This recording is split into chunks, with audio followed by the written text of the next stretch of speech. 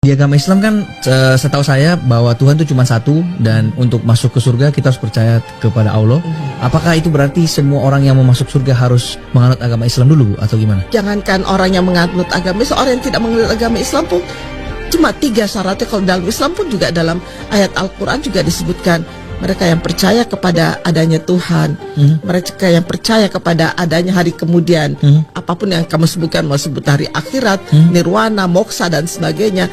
Dan yang ketiga adalah kamu percaya untuk berbuat baik. 3 ini adalah syarat. 3 itu aja. Jadi kamu melakukan kebaikan. Buat saya itu udah cukup, itu menjamin kamu untuk masuk surga, untuk keselamatan. Jadi nggak mesti semua orang harus masuk Islam dan lain-lain. Nggak mesti. Jadi buat saya, kenapa sih orang harus rebut-rebutan penganut agama? Masuk sini, masuk sini. Memangnya cuma kamu yang punya pintu sorga gitu ya? Kalau saya sih semua orang yang melakukan itu, udahlah, itu urusan Tuhan. Jadi kita juga sebetulnya ya beragama bukan semata-mata untuk sorga, karena kita nggak tahu sorga itu seperti apa ya, gambarannya seperti apa. Kalau saya disuruh memilih ketimbang masuk sorga, saya lebih suka memilih sang pencipta sorga dong. Nah, kalau ada seorang masuk di gereja kemudian ceramah, sebenarnya kita sama, ini berarti dia berkhianat. Sehingga seakan-akan mengesankan orang-orang Nasrani juga di atas kebenaran. Benar atau tidak? Iya. Harusnya orang Nasrani punya hak untuk kita dakwahi. Dakwahi mereka. Kalau enggak, ya enggak usah ente membuat kesan bahwasanya mereka juga di atas kebenaran. Saya ketuk lantai masjid, saya bilang ini bukan masalah perasaan saudaraku, ini masalah keyakinan. Anda menyebarkan keyakinan yang salah. Kalau semua agama sama, saya sama Anda pindah Nasrani aja enak, nyanyi-nyanyi seminggu sekali masuk surga. Hah? Ngapain jadi muslim banyak haramnya? Enak. Buat apa Allah mengutus Nabi dan Rasul? Buat apa Allah menurunkan kitab suci? Untuk apa Rasulullah berjuang? Untuk apa para sahabat berjuang? Untuk apa mereka para ulama dulu berjuang? Kalau memang semua itu dianggap benar, logika berpikir dari mana? Assalamualaikum warahmatullahi wabarakatuh. Alhamdulillah wassalatu wassalamu ala rasulillah. Allahumma sholli ala Muhammad wa ala ali Muhammad. Teman-teman yang dirahmati Allah Subhanahu wa Ta'ala, dukung channel ini dengan like, share, dan subscribe agar dapat menerima notifikasi setiap kali ada video terbaru yang kami upload.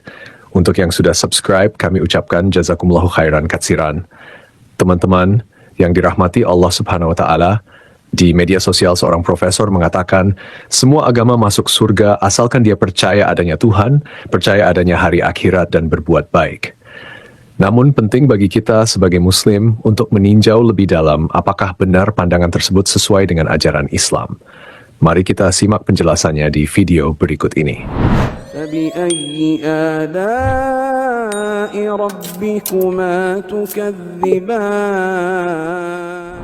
Saya pernah nonton video, dalamnya ada ustadz yang berceramah di sebuah gereja pada waktu Natal. Ustadz berkata, sebenarnya agama Islam dan Kristen itu selaras sama saja. Salamnya umat Islam dengan salamnya Kristen sama-sama mendoakan keselamatan. Apakah ungkapan tersebut termasuk talbisul haq? Tidak. Jadi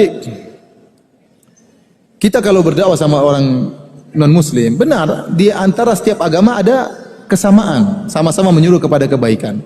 Tapi ada perbedaan yang sangat prinsip yang menjadikan agama itu berbeda, yaitu antara tauhid dengan syirik. Oleh karena di antara tafsiran Fawailul lil musallinnya orang-orang liberal, dan ini antum bisa baca dalam buku fikih lintas agama karangan dan kawan-kawan, tapi sebaiknya antum enggak usah baca ya. Dia berdalil dengan firman Allah, "Qul ya ahlal kitabi ta'alu ila kalimatin sawa'in bainana wa bainakum." Kata mereka, kita harus menyuruh kepada ahlul kitab kepada kalimat yang sawa. Karena Allah berfirman, "Wahai ahlul kitab, marilah kita menuju pada perkataan yang sama." Titik, tidak dilanjutkan. Kemudian mereka tafsirkan perkataan sama tersebut adalah sama-sama menyuruh kepada keadilan, sama-sama menyuruh kepada kemanusiaan, sama-sama menyuruh kepada kebersamaan, sama-sama menyuruh kepada kesamaan.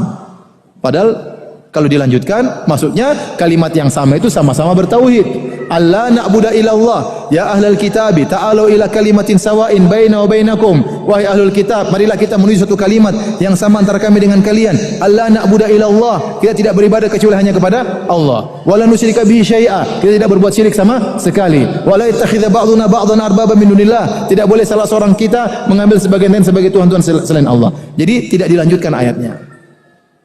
Nah, kalau ada seorang masuk di gereja kemudian ceramah, sebenarnya kita sama. Ini berarti dia berkhianat. Sehingga seakan-akan mengesankan orang-orang Nasrani juga di atas kebenaran. Benar atau tidak? Iya. Harusnya orang Nasrani punya hak untuk kita dakwahi. Dakwahi mereka. Kalau enggak, ya enggak usah ente membuat kesan bahwasanya mereka juga di atas kebenaran. Oleh kenapa para ulama mengharamkan mengucapkan selamat Natal kepada orang-orang Nasrani? Di antara sebabnya disebut oleh para ulama mazhab. Di antara sebabnya mereka semakin yakin dengan kebenaran mereka karena Anda ikut menyelamatkan. Itu di antara mudaratnya. Harusnya Anda menjelaskan, ente agama salah. Benar, di antara kita banyak kesamaan tapi ada perbedaan. Perbedaan tersebut perbedaan yang sangat prinsip, sangat mendasar, yaitu kita bertauhid, Anda berbuat syirik. Kalau enggak, ente enggak berani sampaikan, enggak usah ceramah macam-macam. Akibatnya membuat mereka semakin yakin dengan agama mereka, dan itu salah.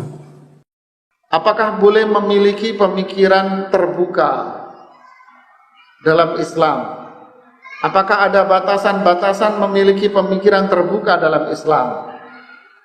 Yang perlu harus dipertajam lagi, yang dimaksud pemikiran terbuka itu apa? Apa maksudnya dulu? Kalau yang dimaksud dengan pemikiran terbuka itu adalah pemikiran liberalis,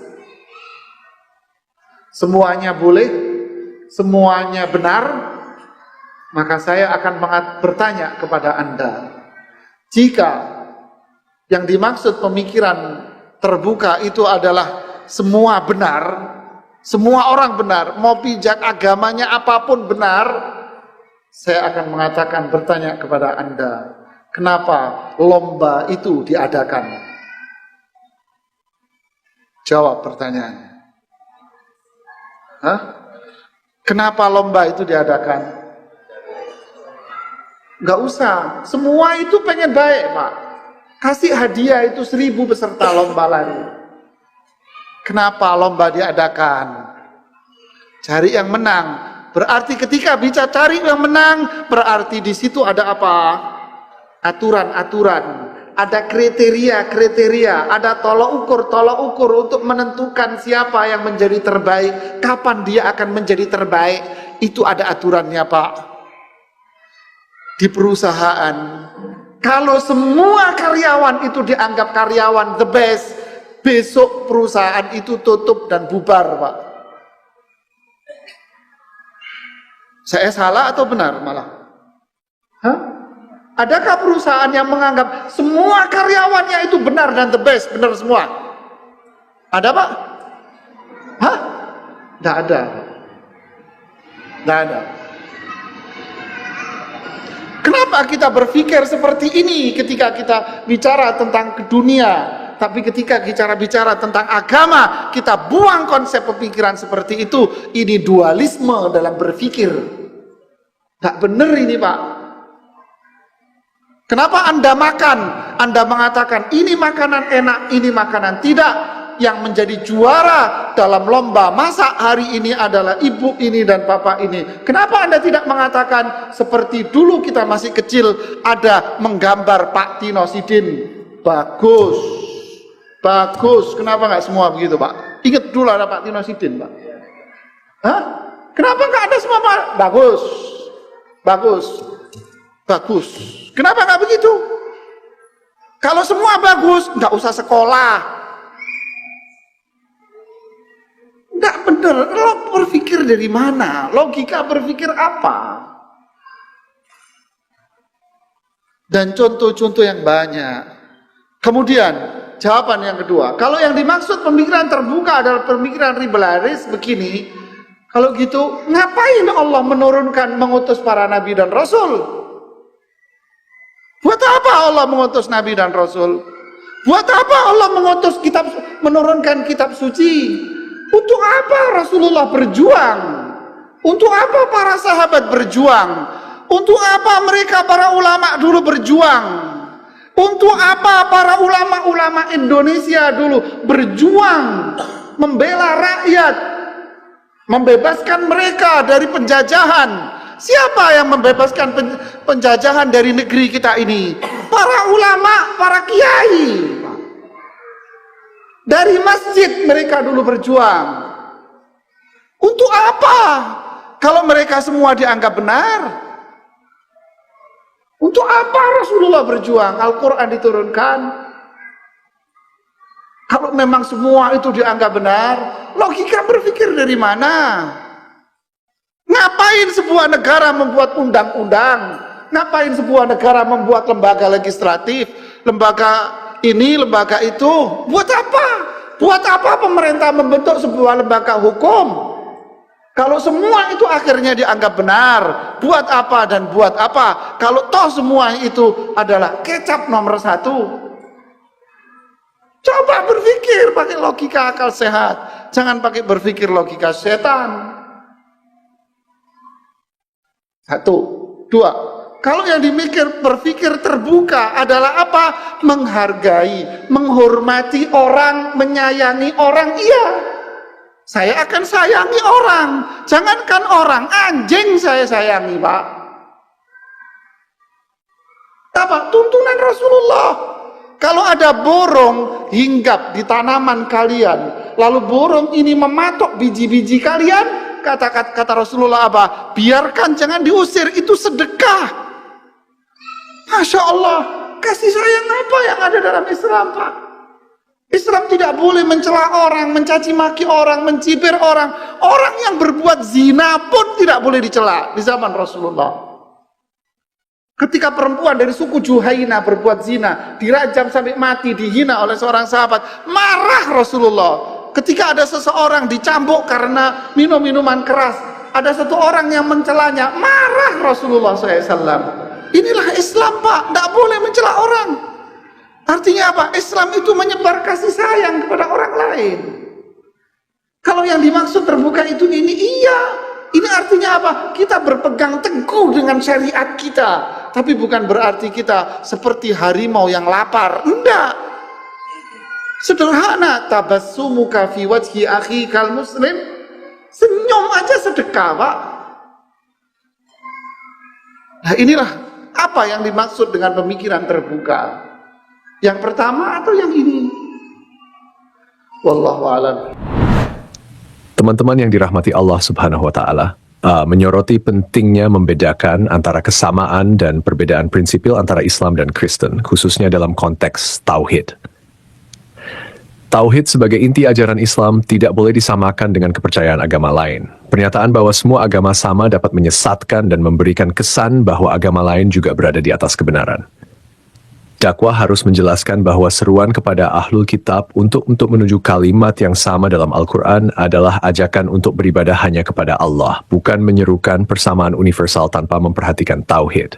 Islam mendorong pemikiran terbuka, tetapi harus sesuai dengan syariat.